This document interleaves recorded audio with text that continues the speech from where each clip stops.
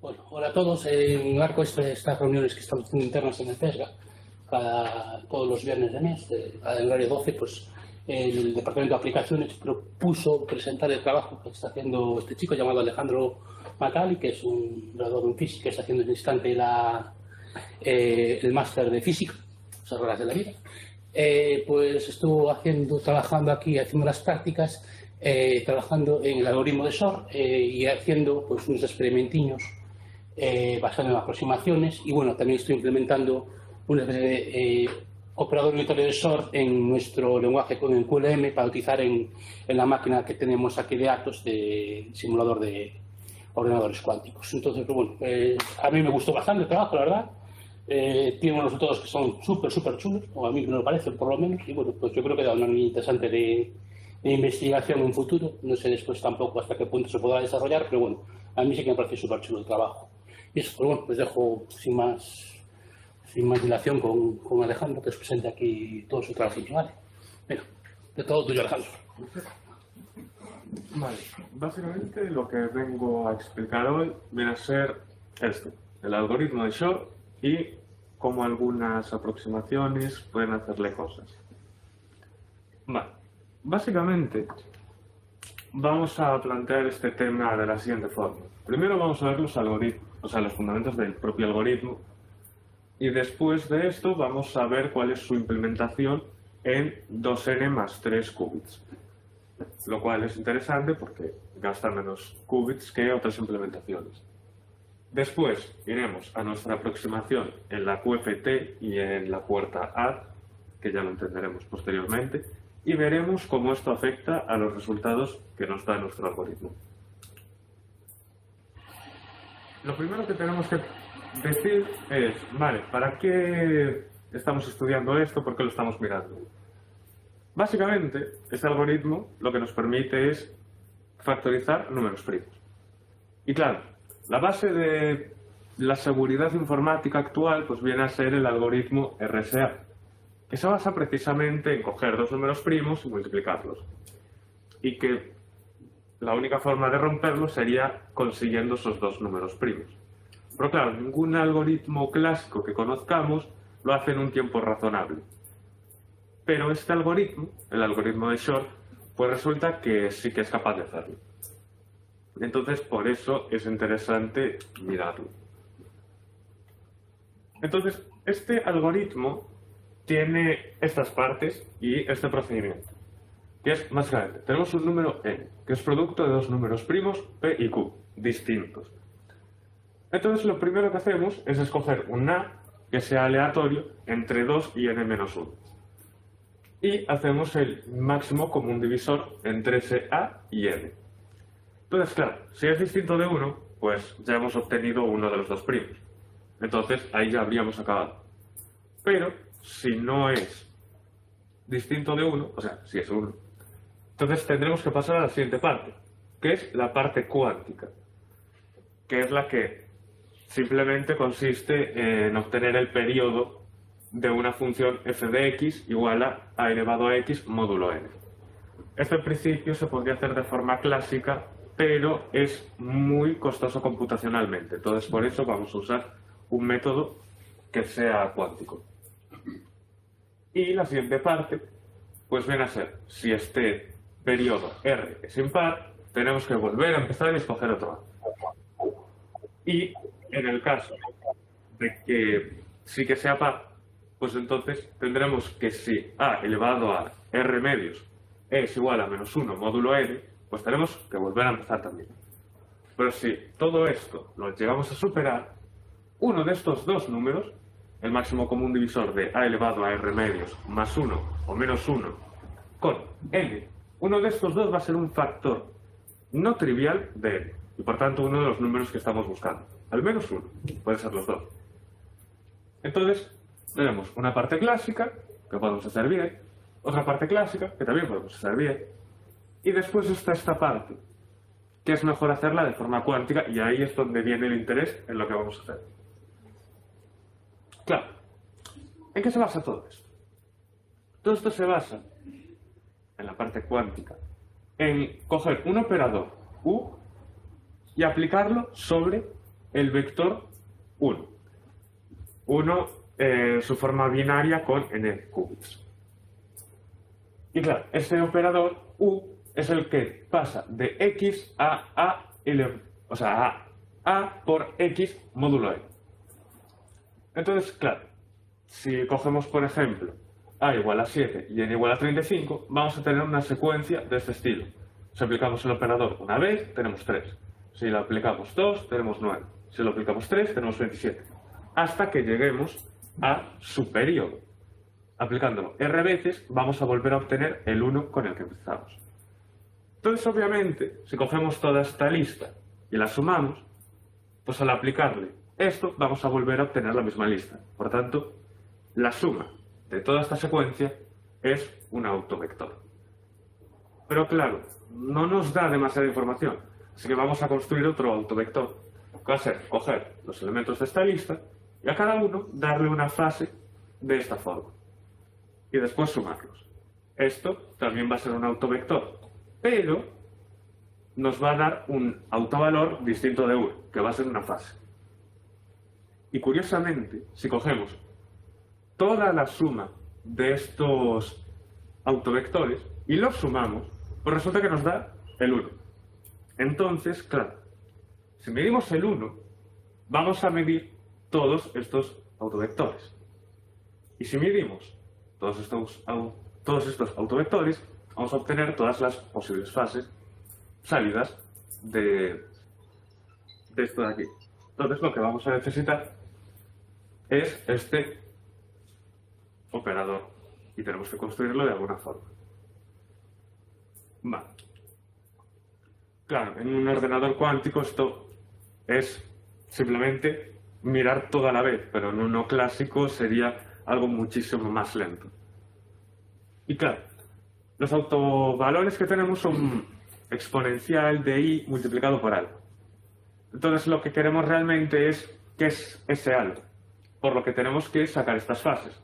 Y eso lo haremos con una Quantum Phase Estimation, con QFT, que es Quantum Fourier Transformation, clásica. Aunque también se puede hacer de otras formas, como iterativas o con otras metodologías que sean menos costosas, porque aquí ya se ve que tenemos un montonazo de cosas que hacer. Entonces, bueno, hay otras aproximaciones, pero esas no caen directamente en lo que queremos mostrar ahora. Lo único importante es que aquí tenemos una transformada cuántica de Fourier inversa para obtener las fases que van a salir aquí, como un número en binario. Entonces, vale, tenemos que implementar esa puerta 1. Es lo que necesitamos para hacer nuestra medición y para después obtener nuestra R. Entonces vamos a usar una implementación con 2n más 3 qubits basada en este paper que tiene la ventaja de que está usando menos qubits que otras aproximaciones, que algunas usan 7n o cosas del estilo. Entonces, esta se basa en empezar con una puerta A, la cual meteremos dentro de una puerta A módulo n, y esa a su vez meteremos dentro de una puerta Cmult módulo n, que nos van a permitir crear nuestra puerta de Shor U. Empezando por la puerta A, lo que recibe esta puerta es la transformada cuántica de Fourier de un número B en binario y devuelve la transformada cuántica de Fourier de un número A más B también en binario. Y, en principio, su definición viene a ser esta, siendo este el número A en binario. Y estos son unas puertas controladas de fase de este estilo. Y cuanto más grande sea el número que hay aquí, pues más pequeña es la fase. La cuestión es que se puede implementar de otra forma, sin tener que usar todas estas sencillas, y es como lo hemos hecho, es simplemente con un if, en vez de con esto. Ahora bien, ahora vamos a tener la puerta A módulo n, que tiene en su interior la puerta que acabamos de ver. Esta puerta recibe la transformada cuántica de Fourier de un número B y devuelve la transformada cuántica de Fourier de un número A más B módulo n. Aquí debería haber un paréntesis para todo esto. Y claro, ¿en qué se basa esto? Se basa en que tenemos el número, le sumamos a, después le restamos n, y claro, aquí puede pasar que n sea mayor que a más b. Entonces lo que vamos a hacer es, antes de meter esto aquí, vamos a añadirle un bit más, o sea, un qubit más, a este número b.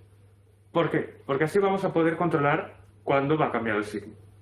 Entonces, hacemos eso. Sumamos a, restamos n, y tenemos que deshacer la transformada cuántica de Fourier para mirar el qubit más significativo. Entonces, ese lo trasladamos a una ancilla con una c nombre. Y rehacemos la transformada cuántica de Fourier. En el caso de que sea 1, lo cual significará que que se ha vuelto un número negativo, necesitamos que vuelva a ser positivo, por la propia definición de una operación modular. Entonces, volveremos a sumarle n. En el caso de que sea 0 y por tanto siguiese siendo positivo, no se lo sumamos. Y ya está. Pero claro, aunque aquí, en este paso, ya técnicamente tenemos esto de aquí, tenemos la ancilla en una situación que no nos gusta, porque lo suyo sería que siguiese siendo 0. Entonces tenemos que eliminar eso. ¿Y cómo lo hacemos? Primero vamos a restar a y vamos a usar una identidad que hay por ahí que nos dice que b más n, que a más b módulo n menos a, eso va a tener un signo contrario al signo que vamos a tener aquí. Entonces, claro, tenemos que poner unas not aquí, en el bit más significativo, y en el caso de que esto sea 1, pues va a restablecer lo que tengamos aquí, y en el caso 0, lo mismo. Esto es simplemente algo que revierte esta zona. Si nos olvidásemos de las ancillas, realmente el circuito solo llegaría hasta aquí. Pero vienen a ser relevantes por bastantes cosas. Y finalmente, pues tenemos que deshacer esta transformación pues poniendo lo contrario. Entonces, claro, ahora vamos a pasar a la puerta CMULT módulo n, que esta lo que va a hacer es una especie de multiplicación. Le vamos a dar dos números, x y b, en binario no transformados, y nos va a devolver b más a por x módulo n. Pero nos lo va a devolver aquí abajo, donde teníamos la entrada de b. Y aquí sí que vamos a meter las transformadas cuánticas de Fourier al principio y al final. Porque si os dais cuenta, si, por ejemplo, en esta puerta hubiéramos metido dentro esto, tendríamos un montonazo de QFT inversa, QFT, y la QFT se va con la QFT inversa. Entonces sería meter puertas que realmente no van a hacer nada y solo van a meter ruido. Entonces por eso las vamos a poner aquí al final.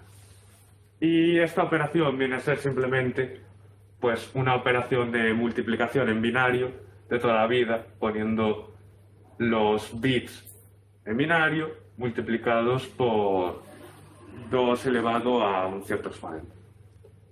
Y esto nos va a dar esta puerta.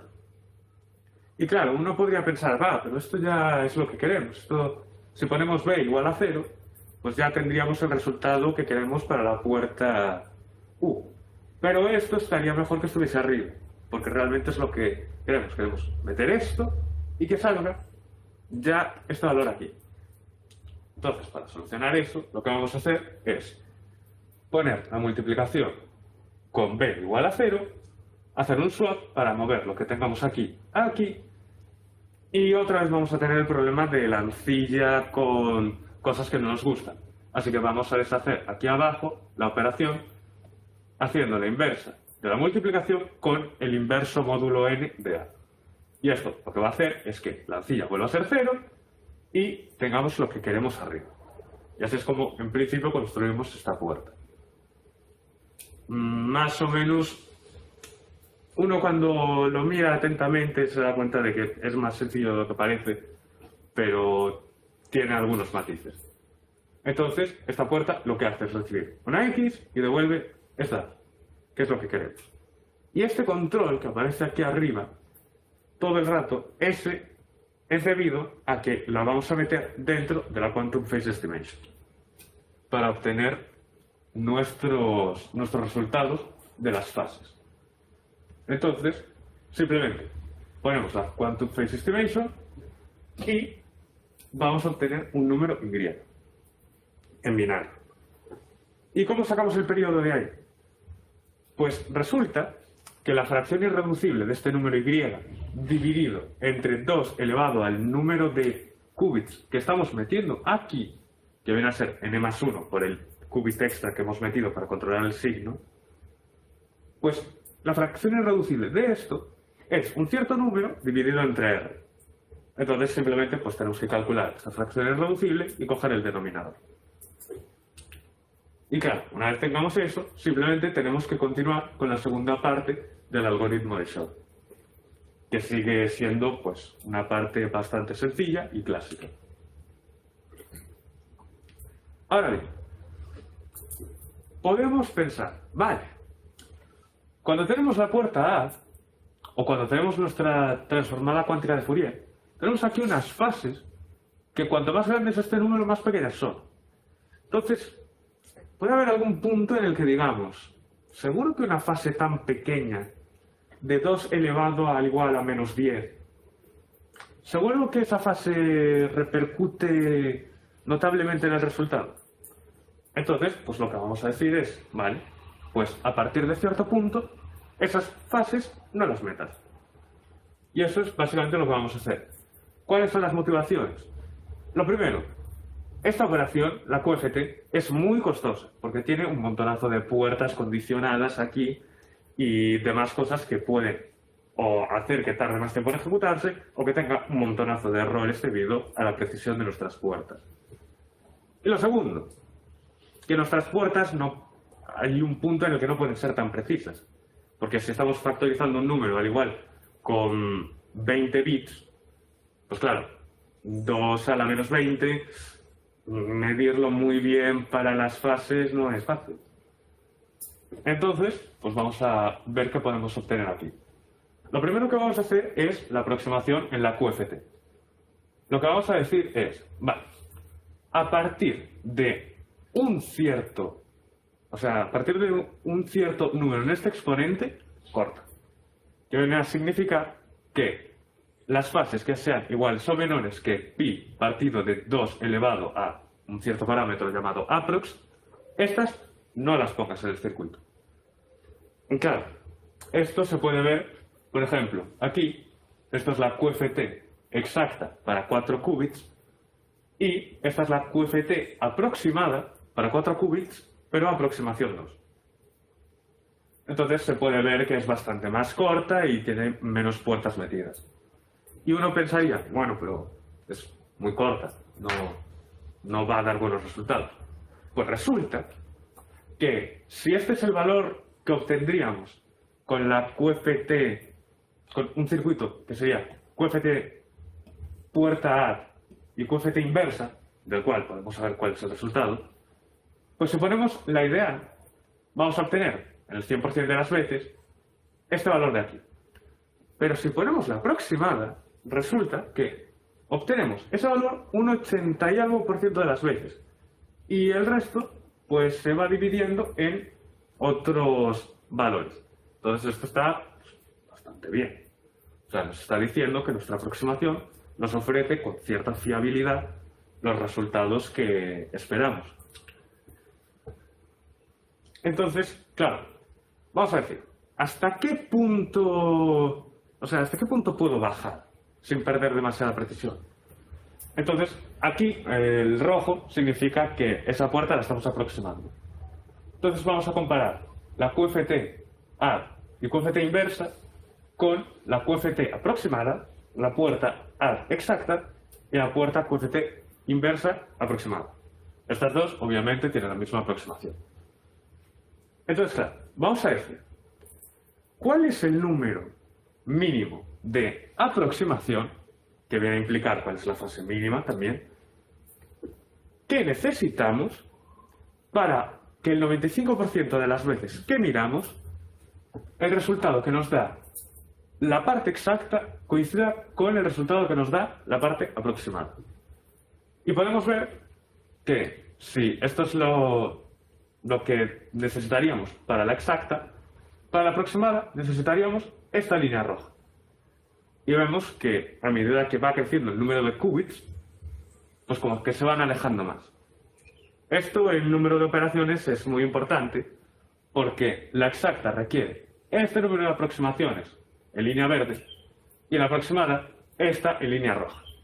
Y esto es una diferencia bastante grande teniendo en cuenta que estamos exigiendo una precisión del 95%, que no es poco. Y podemos parametrizar este crecimiento como una especie de logaritmo, más o menos.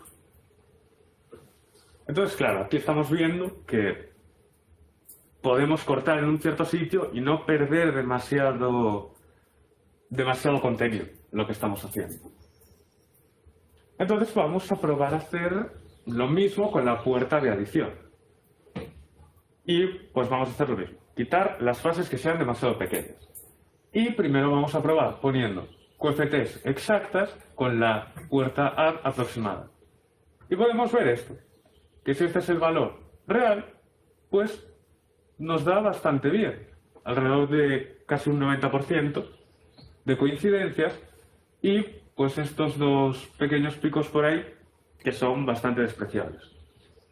Y si ponemos todo aproximado, lo que obtenemos es que el valor correcto tiene aproximadamente un 70 y algo por ciento de coincidencias, mientras que las demás pues se van distribuyendo en otros valores. Pero en principio está bastante bien, porque aquí se está acumulando el error de esta, el error de esta y el error de esta. Entonces, bueno, más o menos podemos ver cosas. Y además, podemos identificar que uno de los problemas, si hacemos muchas pruebas y lo vamos viendo, que uno de los problemas más significativos es un bit flip en el bit más significativo. Y esto vamos a verlo después, cómo podríamos corregirlo.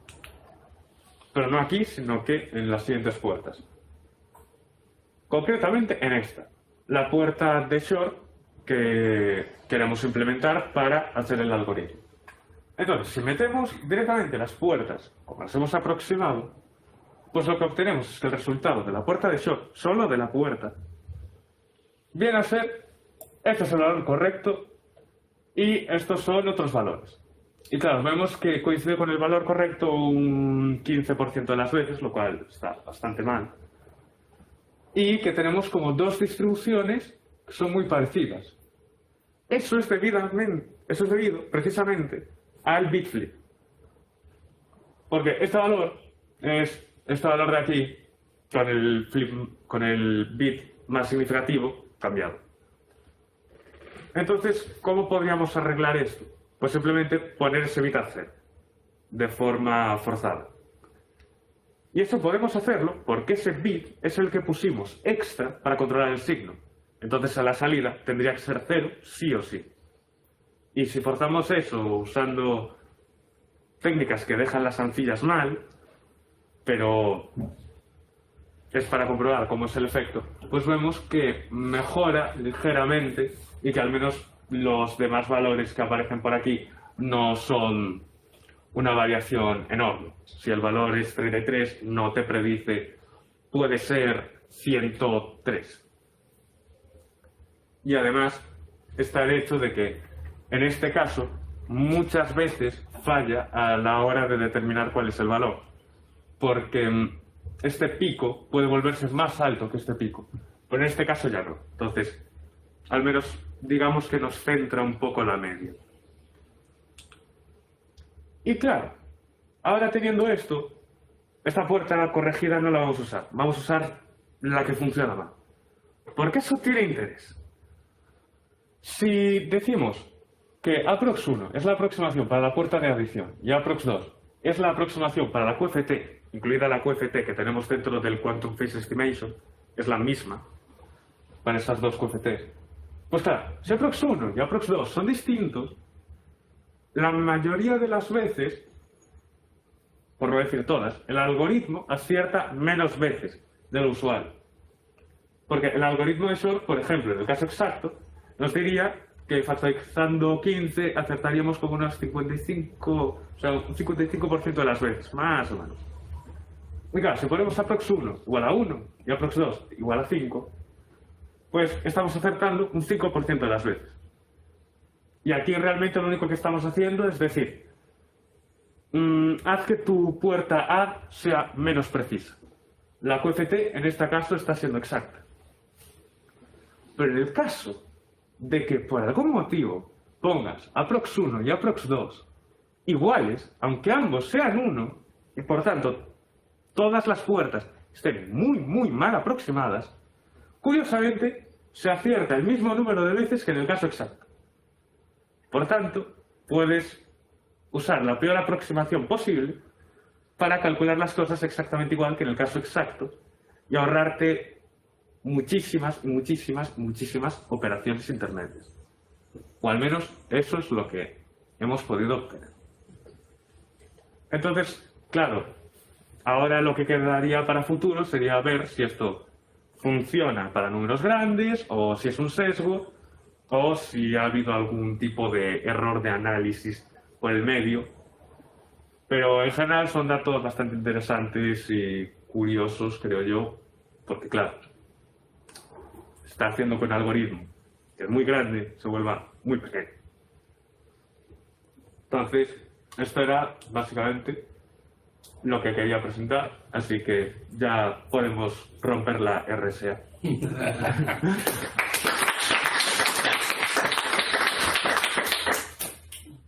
¿Tenéis alguna pregunta o algo? Una pregunta que quería hacerte. O sea, la idea básica es reducir el número de puertas necesitadas para implementar.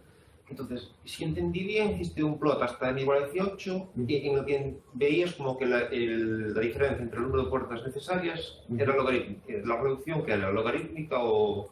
Creo que era la 14 o algo así. Sí, puede ser... Creo que era este. Sí. Claro. Aprox viene a ser cuál es el número máximo de puertas que vas a meter en un cubo. Entonces, claro, esto es cómo va creciendo. Uno normalmente diría que tiene que crecer de forma lineal. En el caso exacto tiene que crecer de forma lineal. Pero en este caso crece logarítmicamente. Entonces, ahí está la diferencia. No sé cuál sería la resta, pero seguramente sería, pues... Sí, pero el tema es que mi duda es entonces, Lara.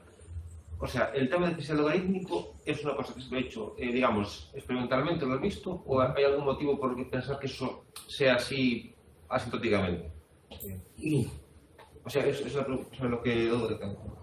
Claro. La cuestión es que en este caso no hemos podido hacer cálculos teóricos, digamos, porque son muchas puertas y muchas matrices. El único motivo, digamos, que podríamos dar es que las fases pequeñas meten rotaciones cada vez menos relevantes. Y los posibles... Esto es lo que digo yo. Puede no ser verdad. Pero los posibles factores de asimetría cuando... Por ejemplo, aquí vemos que esta parte sigue siendo igual que esta parte. Entonces, digamos que aquí la aproximación es asimétrica, porque aquí está quitando, pero aquí no. Y aquí está quitando mucho más que lo que está quitando aquí, que esté. Entonces, cuanto más qubits hay, este factor de asimetría cada vez se va volviendo más pequeño. Porque los últimos cada vez se están pareciendo más a los otros. Más. Es... Sí, bueno, es como un guess, ¿no? O sea, es una hipótesis, digamos. Sí. Vale. Yo tenía otra. O sea, cuando dices que decías que son igual propiamente un 15% de los casos, o sea, aquí yo entiendo que lo que habría que ver es como el trade-off entre el número de, o sea, la velocidad que ganas con la reducción de puertas y la precisión que tienes. Entonces, a lo mejor, si pierdes precisión 5 veces, o sea que de 5, si antes hace 5 intentos, digamos, por ejemplo, tienes 5 aciertos, y en otro caso tenías 1, a lo mejor te puede compensar si haces Claro. 5 veces el algoritmo. Claro. No sé si me explico. Sí, es algo que me olvidé de comentar, pero efectivamente era otro de los puntos por los que estábamos buscando esto. Aunque reduzcamos precisión, si aumentamos velocidad lo suficiente, pues debería compensarse. En principio, lo que vi haciendo muchas pruebas es que... claro, si aquí, por ejemplo, íbamos a factorizar el 33 creo que tardaba en la forma exacta como 430 segundos. Pero claro, si bajábamos o sea, si le quitábamos 2 interacciones, pues pasaba de 430 a creo que eran 320. Y de hecho, cuando bajábamos a 1:1, pues bajaba creo que a 180 o algo así. Y claro, en los casos asimétricos, pues podías ir jugando y a veces compensaba y a veces no. Dependía de la situación. También está la propiedad de que cuanto más distintos sean estos dos, pues menor tasa de acierto tiene, entonces hay que ir ajustando todos esos parámetros. Sí. Pero en general, una vez que vimos este resultado, ya nos olvidamos del resto. No, claro, es que aquí, o sea, si eso es verdad, digamos, sería como un algoritmo de shock mejorado. Básicamente, porque Sí. requeriría una Bueno. puerta por qubit.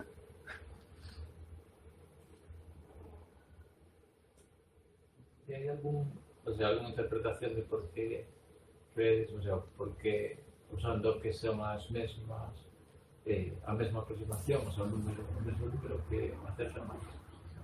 Que explicación puede ter iso? A ver, realmente no tenemos ni idea. O sea, Que fai ser raro, recordar que es un trabajo de prácticas, y estuvo trabajando, debe trabajar en esto 3 semanas. No, tampoco. O sea que eso, pero bueno, me refiero, es una buena línea de investigación.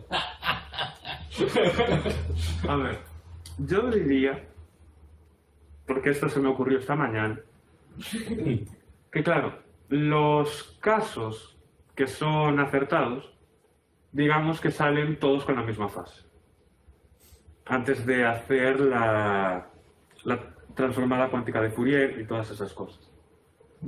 Entonces, claro, si todos salen con la misma fase, se van a sumar. Pero los casos cerrados como que salen con fases aleatorias. Entonces, en promedio, se anulan. Y eso solo pasa cuando, curiosamente, pones la misma aproximación en uno y en otro, porque cada uno está, por la propia construcción de estos operadores, aquí estamos trabajando con fases.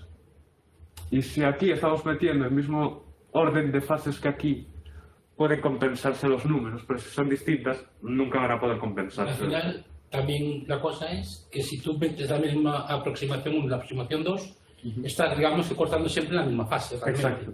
Entonces, eso hay algo que tiene que ver. Ujú. O sea, es decir, no es que una aproximación de 1 en el A signifique una fase diferente que una aproximación de 1 en la QCT. Al final es, realmente, por lo que yo veo ahí, es la misma aproximación de base. Entonces ahí tiene algo que ver a lo mejor. Sí, pero podrías ter unha que ten unha aproximación mellor e outra que ten unha aproximación peor. Pero neste caso, estás compensando como cando a aproximación é mala nos dous, o que di Alejandro, que por algún efecto compensa o erro e saeche mellor que cando unha ten unha aproximación mellor. O sea, imagínate, Sí. 2 con 1 que sexa mellor que 1 con 5, 1 con 1 non é intuitivo. Sí, Claro. no. Pero bueno, entonces... Fíjate que números fixiste esas probas para... Hice las pruebas hasta factorizar el número, no me acuerdo si era el 55. Y es que claro, el 77 ya decían, no, por favor. Necesitamos un simulador máis potente. Non se ten en conta a corrección de erros, non é que va directamente, non? O sea, ¿Cuál corrección de error? no, porque despois é para implementarlo nun... Ah, claro. Para falta engadir as portas, o sea, isto sería co algoritmo exacto, ¿no? Sin tener en cuenta esa parte. O sea, sin meterle ruido ya en las propias sin fuentes. ser como un ordenador cuántico real. Pero claro, una de las ventajas... Claro. Pero aún así, una de las ventajas que tiene esto es que si solo pones una puerta de una fase muy grande, pues será bastante más fácil controlar esa fase que controlar una fase de 1 partido de 2 elevado a 7. Entonces, eso puede dar una ventaja, supongo. Claro, eso está fenomenal. Que digo, claro. Me flipó muchísimo. Yo cuando empecé a implementar esto dije, guau, pero esto es una movida bastante potente. O sea, es una pena que no esté más tiempo para poder hacer las cosas un poco más, dejar los resultados más aterrizados, pero bueno, a mí me gusta mucho como línea de investigación. ¿Pero fueron las prácticas? Llevo desde el lunes de la semana pasada. En 2 semanas. Joder, está fenomenal. En 2 semanas. Sí, o sea, solo para entender el algoritmo de short se va para el cuarto. Muy bien, está bueno. Una preguntilla más, ¿o algo? Ya sabes, podemos preguntar a ver si la gente de casa tiene algo que decir. Sí, está eso, claro. Sí, sí. ¿Queréis decir algo? ¿Hablar? ¿Voz en off? No. Se ve que vamos a por minutos más. Nada más de lo que habéis ya comentado, felicitarlo por el excelente trabajo hecho. Supongo que después nos tendrías que ver si nos dejas el código para subirlo a algún repositorio y cosas de estas, y también podremos pedir permiso para poder exponer esta grabación, porque la verdad que la cosa está bastante chula, las cosas como son. Entonces, estaría guay poder difundirla lo más posible. Pero, pues, nadie tiene alguna pregunta más por mí. Pues nada, felicidades por su trabajo de la hostia, es buenísimo y me encanta. Gracias.